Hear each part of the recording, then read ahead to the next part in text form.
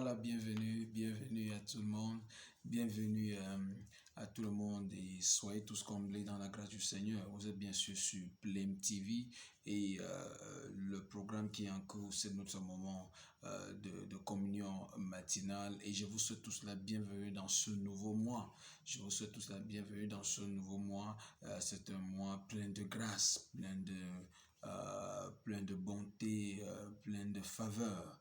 Et ce matin, je voudrais qu'on lise peut-être quelques versets dans le livre d'Éphésiens chapitre 3. Éphésiens chapitre 3, parce que je voudrais qu'on prie en particulier pour les familles ce matin, qu'on prie pour les familles ce matin. Le Seigneur a mis dans mon cœur qu'il faut qu'on prie pour les familles ce matin. Alors, Éphésiens chapitre 3, à partir du verset 14, il dit: à cause de cela même, je fléchis les genoux devant le Père, duquel tire son nom toute famille dans les cieux et sur la terre, afin qu'il vous donne, selon la richesse de sa gloire, d'être puissamment fortifié par son esprit dans l'homme intérieur, en sorte que Christ habitant dans vos cœurs par la foi, afin qu'étant enracinés et fondés dans l'amour, vous puissiez comprendre avec tous les saints quelle est la largeur, la longueur, la profondeur et la hauteur, et connaître l'amour du Christ qui surpasse toute connaissance, en sorte que vous soyez remplis jusqu'à toute la plénitude de Dieu. Or, à celui qui peut faire par la puissance qui agit en nous infiniment au-delà de tout ce que nous demandons ou pensons. À lui soit la gloire dans l'Église et en Jésus-Christ dans toutes les générations au siècle des siècles. Amen.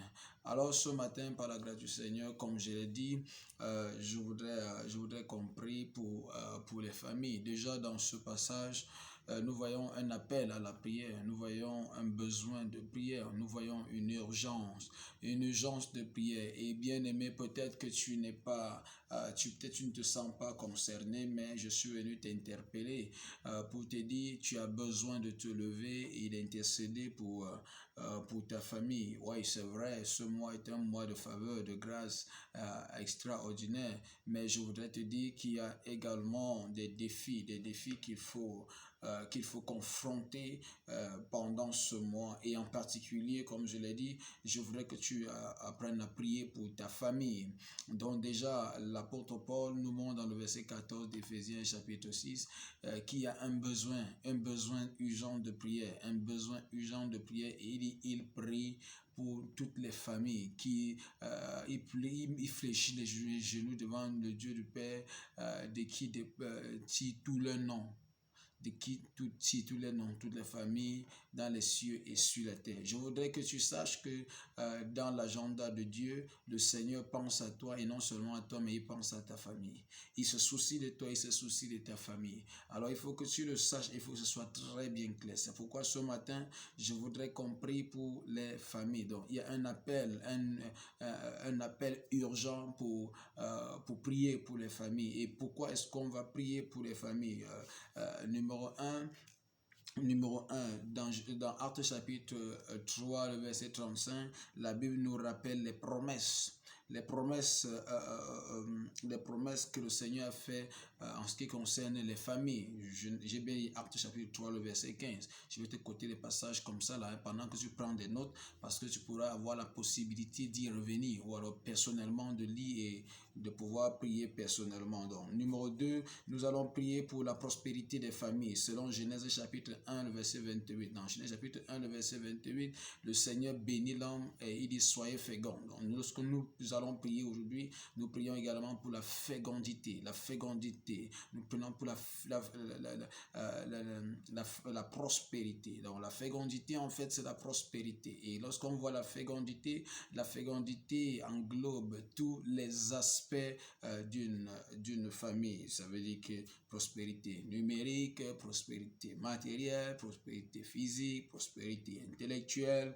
Alors, également, nous allons prier non seulement pour la prospérité, mais pour le salut des familles. Le salut des familles. Si tu as le privilège de m'écouter ce matin, alors, et que tu es un enfant de Dieu, il est bien que tu puisses penser à ta famille dans tes prières ce matin, parce que c'est très important pour Dieu. C'est très, très important pour Dieu. Et donc, il faut prier pour les familles. Actes chapitre 16, verset 31 à 34.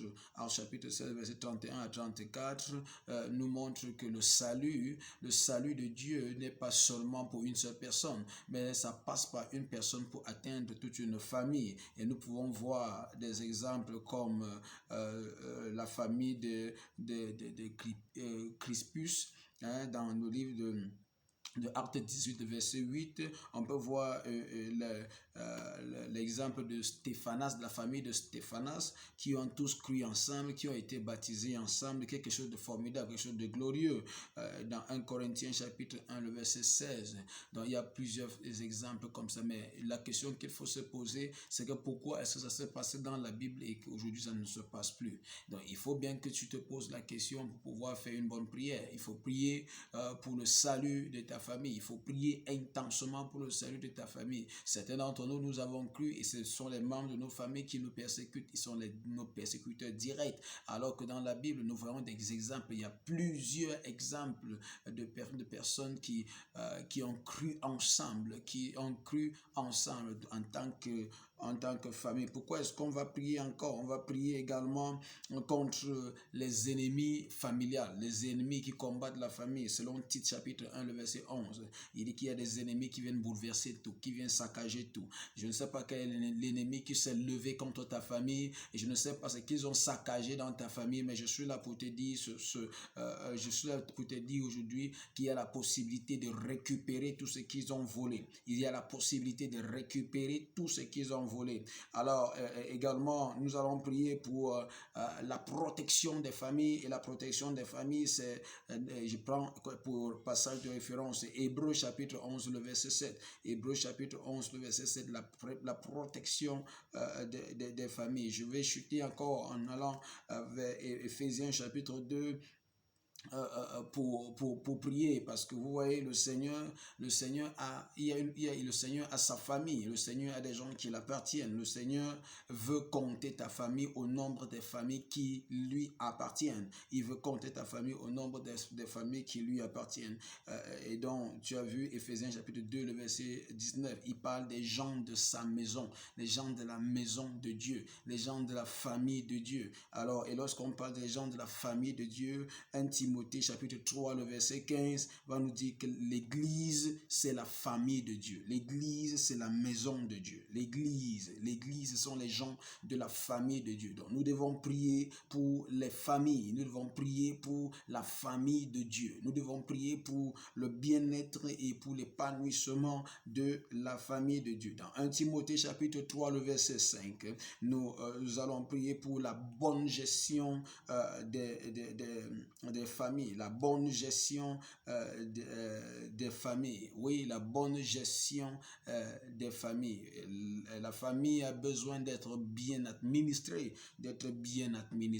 Alors, et en dernier ressort, nous devons prier également selon 1 Timothée chapitre 5, le verset 8, pour la grâce de prendre soin, de bien prendre soin de sa famille. Je veux dire, cette prière s'adresse particulièrement aux hommes, parce que la Bible dit que si quelqu'un n'a pas soin des siens, en particulier les gens de sa propre maison, alors il est pire qu'un infidèle. Alors c'est un privilège pour un homme de prendre soin et de bien prendre soin de sa famille. Vous devez comprendre que c'est tellement frustrant pour un homme s'il est incapable de prendre soin de sa famille. C'est tellement douloureux. Allez demander à l'apôtre Pierre. À l'apôtre Pierre qui pouvait avoir sa belle-mère dans sa maison et qui pouvait faire sa pêche et il n'attrape aucun poisson toute la nuit et la belle-mère est malade et il n'y a pas de moyen pour l'amener à l'hôpital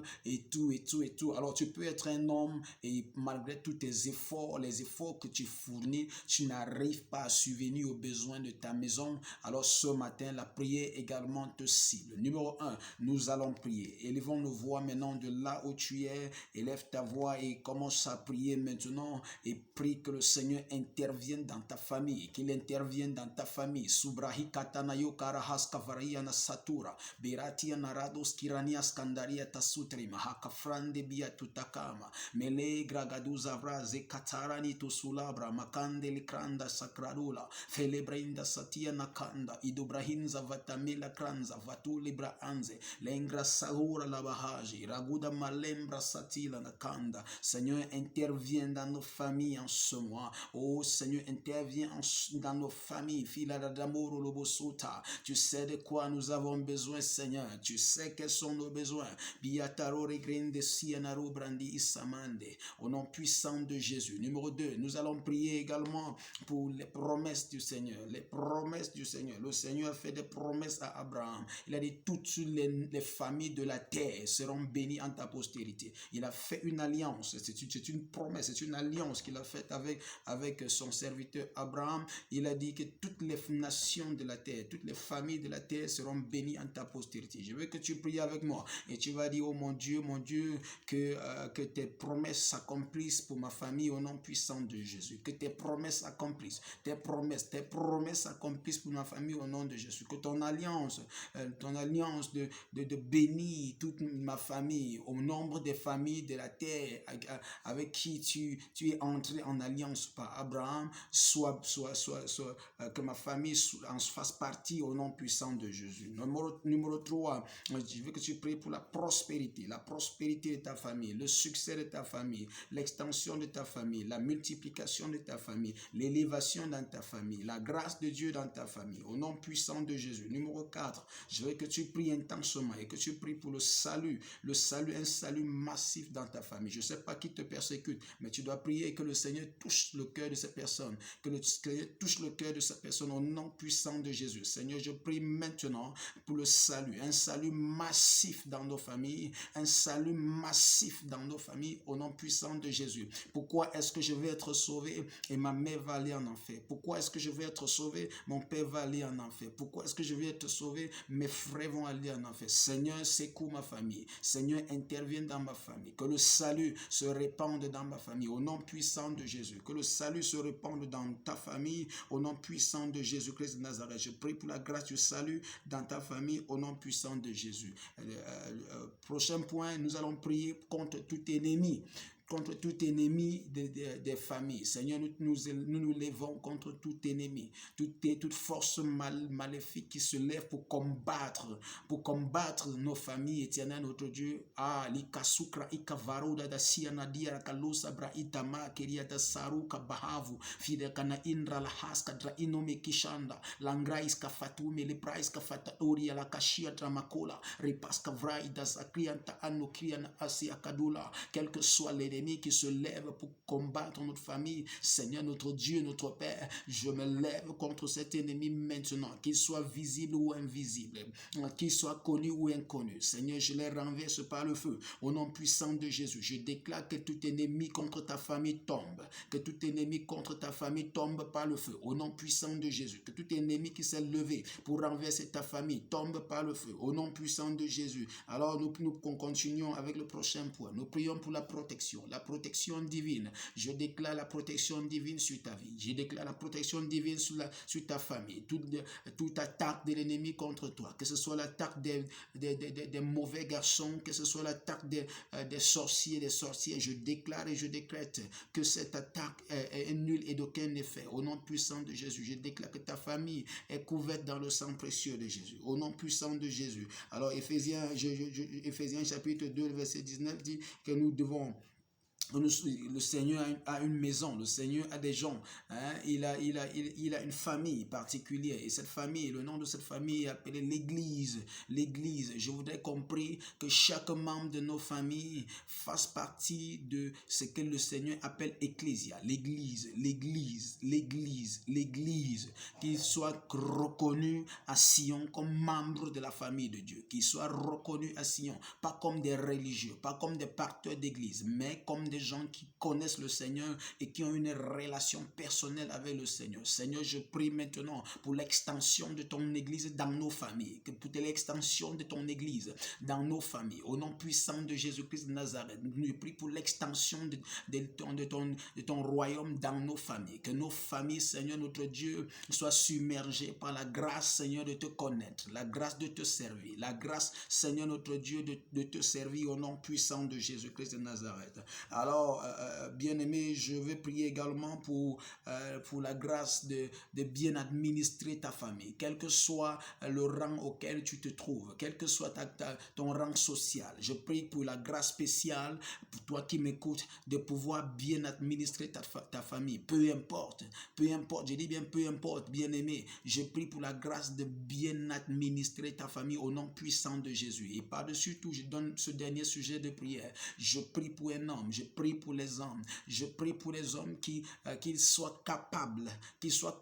de bien prendre soin de leur maison. La Bible dit que si quelqu'un n'a pas soin des siens, et en particulier les gens de sa propre maison, il est pire qu'un infidèle. Seigneur, notre Dieu et notre roi, c'est toi le grand pourvoyeur, c'est toi qui ouvre les écluses des cieux, c'est toi, Seigneur, qui prends soin de nous. C'est pourquoi ce matin, nous nous recommandons à toi et à la parole de ta grâce. Seigneur, notre Père et notre Dieu, ouvre pour nous les écluses des cieux et répand ta bénédiction en abondance. Ouvre sur nous les écluses des cieux. Oh Dieu, comment pourrons-nous prendre soin de ceux que tu as mis sous notre garde si les cieux restent fermés sur nous? Seigneur, ouvre sur nous les écluses des cieux. Bénis l'œuvre de nos mains, éternel notre Dieu. Rends-nous capables, éternel notre Dieu, de bien prendre soin de ceux que tu as soumis à notre garde. Merci, éternel notre Dieu, parce que je crois, oh Dieu, que tu l'as fait pour nous ce matin.